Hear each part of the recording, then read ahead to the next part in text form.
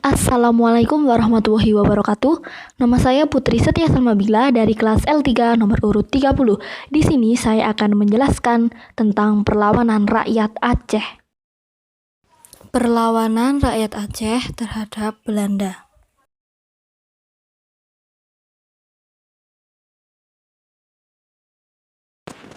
Aceh memiliki kedudukan yang sangat strategis sebagai pusat perdagangan. Aceh banyak menghasilkan lada dan tambang serta hasil hutan. Oleh karena itu, Belanda berambisi untuk mendudukinya. Sebaliknya, orang-orang Aceh tetap ingin mempertahankan kedaulatannya. Sampai dengan tahun 1871, Aceh masih mempunyai kebebasan sebagai kerajaan yang merdeka. Latar belakang terjadinya Perang Aceh. Belanda menduduki Siak. Sultan Ismail dari Siak merupakan penguasa yang tidak pernah berhasil menjadi penguasa di negeri yang penuh gejolak. Setelah lepas dari kendali ayahnya, ia berhadapan dengan pemberontakan yang dihancurkan oleh iparnya sendiri. Sultan Ismail meminta bantuan dari pihak Belanda untuk mengalahkan saudaranya.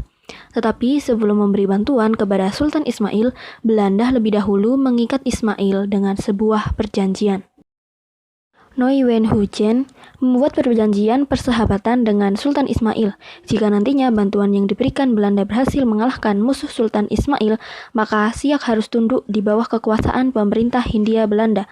Sultan Ismail menyetujui isi perjanjian tersebut. Belanda pun mulai melancarkan serangannya terhadap Tengku Putra, yang tidak lain adalah iparnya Sultan Ismail. Akhirnya Tengku Putra pun melarikan diri dari Siak karena tidak mampu melawan serangan dari pihak Belanda. Sultan Ismail pun naik tahta menjadi pemimpin di Siak. Tetapi berdasarkan perjanjian yang sudah disepakati antara Sultan Ismail dan pemerintah Hindia Belanda, maka Siak harus tunduk kepada pemerintah kolonial. Padahal Siak masih merupakan kekuasaan Aceh di bawah pemerintahan Sultan Iskandar Muda pada tahun sebelumnya. Karena hal tersebut bertentangan dengan hegemoni Aceh, maka untuk mencegah penetrasi lebih lanjut, banyak kapal perang Aceh yang dikerahkan di pantai timur Sumatera. Tetapi pada akhirnya wilayah Deli, Serdang, dan Asahan tetap jatuh ke tangan Belanda. Hal tersebutlah yang juga menjadi salah satu faktor terjadinya perang Aceh. Dibukanya terusan Suez.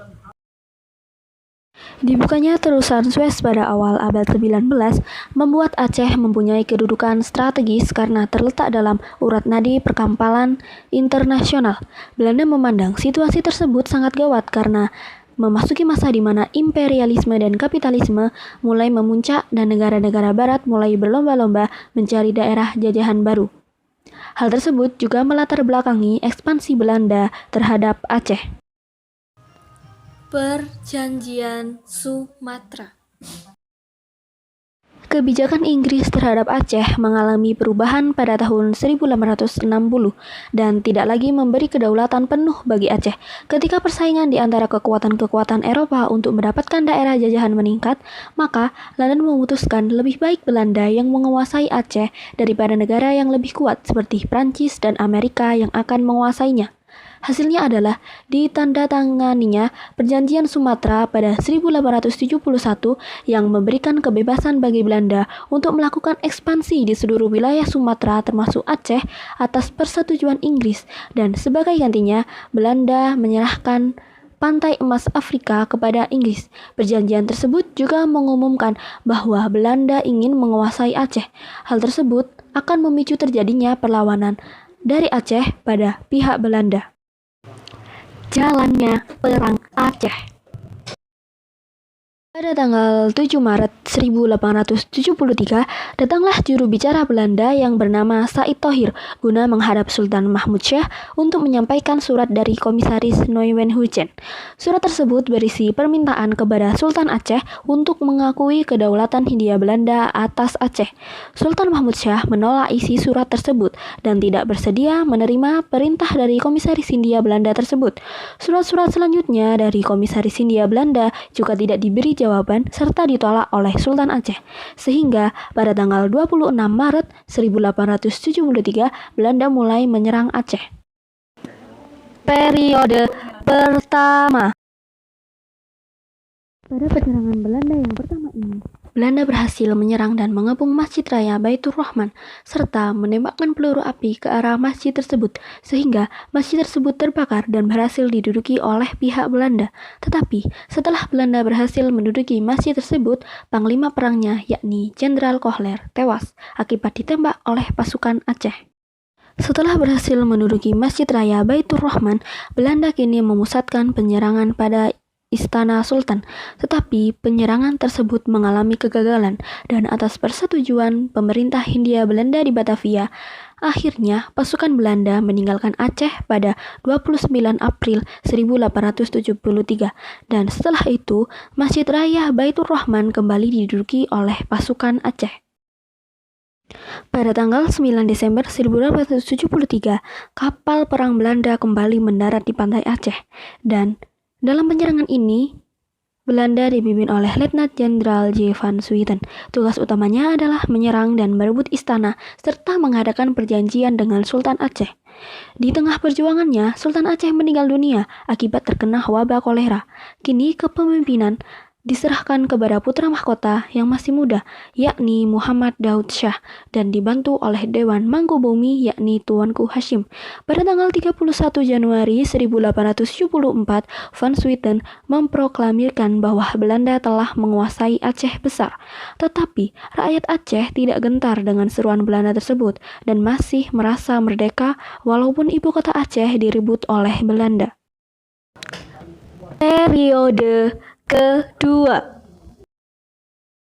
Pada tahun 1877, pasukan Belanda dipimpin oleh Jenderal van der Heyden mulai melakukan ofensif dengan mengirim ekspedisi untuk menaklukkan Mukim 22.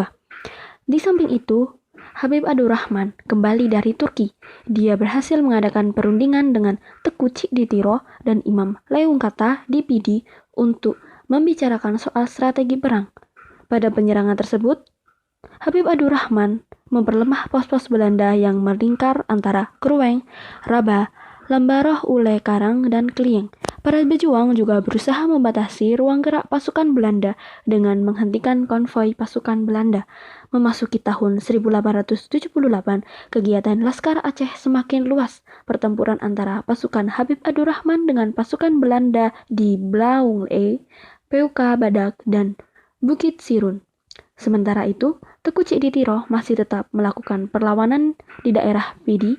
Di Aceh Barat, perlawanan terhadap Belanda dipimpin oleh Teku Umar. Ia dibantu oleh istrinya, Cut Nyadin, yang juga aktif dalam medan pertempuran. Perlawanan Teku Umar membuat Belanda kesulitan, sehingga Belanda dengan sekuat tenaga berusaha menaklukkannya. Periode ketiga. Memasuki tahun 1880, situasi di Aceh semakin buruk bagi Belanda. Perlawanan rakyat Aceh semakin menghebat dan terjadi di seluruh lapisan masyarakat. Kaum bangsawan seperti Ule Balang langsung memimpin perjuangan di medan pertempuran, dan ulama mengobarkan semangat juang di kalangan rakyat Aceh dengan mendengungkan perang Sabil dan mengotbahkan kisah-kisah peperangan seperti Hikayat Perang Sabil dan Syair Aceh. Maka, pada bulan Agustus 1981, pemerintah Hindia Belanda memutuskan untuk menjalankan blokade ketat. Bagi Aceh, blokade tersebut tidak terlalu mengkhawatirkan karena penyelundupan perbekalan dan senjata masih dijalankan dengan segala cara. Pada tahun 1884, Belanda mulai menerapkan sistem konsentrasi. Daerah yang dikuasai Belanda dimakmurkan agar orang-orang Aceh melakukan perlawanan meletakkan senjatanya dan kembali ke daerah yang aman dan makmur ciptaan Belanda. Dalam perkembangannya, sistem konsentrasi ini mengalami kegagalan karena strategi konsentrasi ternyata memberi peluang bagi para pejuang Aceh untuk menggalakkan perang gerilya. Periode keempat. Belanda sudah melaksanakan perang dengan berbagai strategi dari pimpinan perang yang berbeda pula. Tetapi pertahanan Aceh masih sulit dihancurkan, bahkan semangat juang masyarakat Aceh semakin membara. Oleh karena itu, Belanda berusaha menyelidiki rahasia dari kekuatan besar Aceh, terutama menyangkut kehidupan sosial budayanya.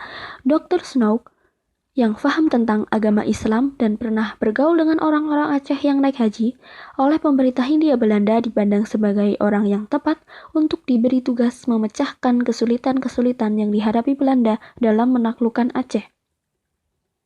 Dr. Snow memberikan nasihat kepada pemerintah Hindia Belanda selama Perang Aceh supaya memecah belah persatuan antara kaum Ule Balang dan kaum ulama.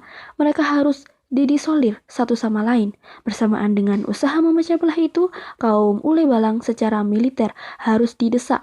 Apabila ada kaum tersebut yang memberontak, maka harus dihancurkan, dan kaum Ule Balang yang lemah harus dirangkul. Demikian pula dengan kaum ulama. Dr. Snow juga memberi saran kepada pemerintah Hindia Belanda supaya menggempur semua pimpinan Aceh yang mengadakan perlawanan terhadap Belanda. Sultan Mahmud Daud Shah merupakan sultan yang sangat sulit untuk ditaklukkan oleh Belanda. Oleh karena itu, Belanda menggunakan taktik baru, yaitu dengan menculik istri sultan. Dengan memberi tekanan-tekanan keras kepada sultan, akhirnya Sultan Muhammad Daud menyerah kepada Belanda tahun 1903. Cara yang sama juga dilakukan Belanda untuk menangkap Panglima Polim. Beberapa rentetan peristiwa, mulai dari gugurnya para pemimpin perang sampai menyerahnya para panglima dan Sultan Aceh kepada pihak Belanda, perlahan-lahan membuat pertahanan Laskar Aceh semakin lemah, bahkan benar-benar sulit untuk bangkit dan kuat seperti dahulu. Kesempatan tersebut digunakan pemerintah Hindia Belanda untuk menemukan kekuasaan di seluruh wilayah Aceh. Peristiwa menyerahnya para pemimpin perang dan Sultan Aceh, serta melemahnya kekuatan Laskar Aceh, sekaligus menandakan berakhirnya Perang Aceh. Walaupun Belanda sudah berhasil menguasai seluruh Aceh dan menundukkan Sultan Aceh, tetapi rakyat Aceh masih tetap mengadakan perlawanan terhadap Belanda, walaupun hanya perlawanan dalam skala yang lebih kecil. Sekian yang dapat saya sampaikan. Jika ada salah kata, mohon dimaafkan. Terima kasih. Wassalamualaikum warahmatullahi wabarakatuh.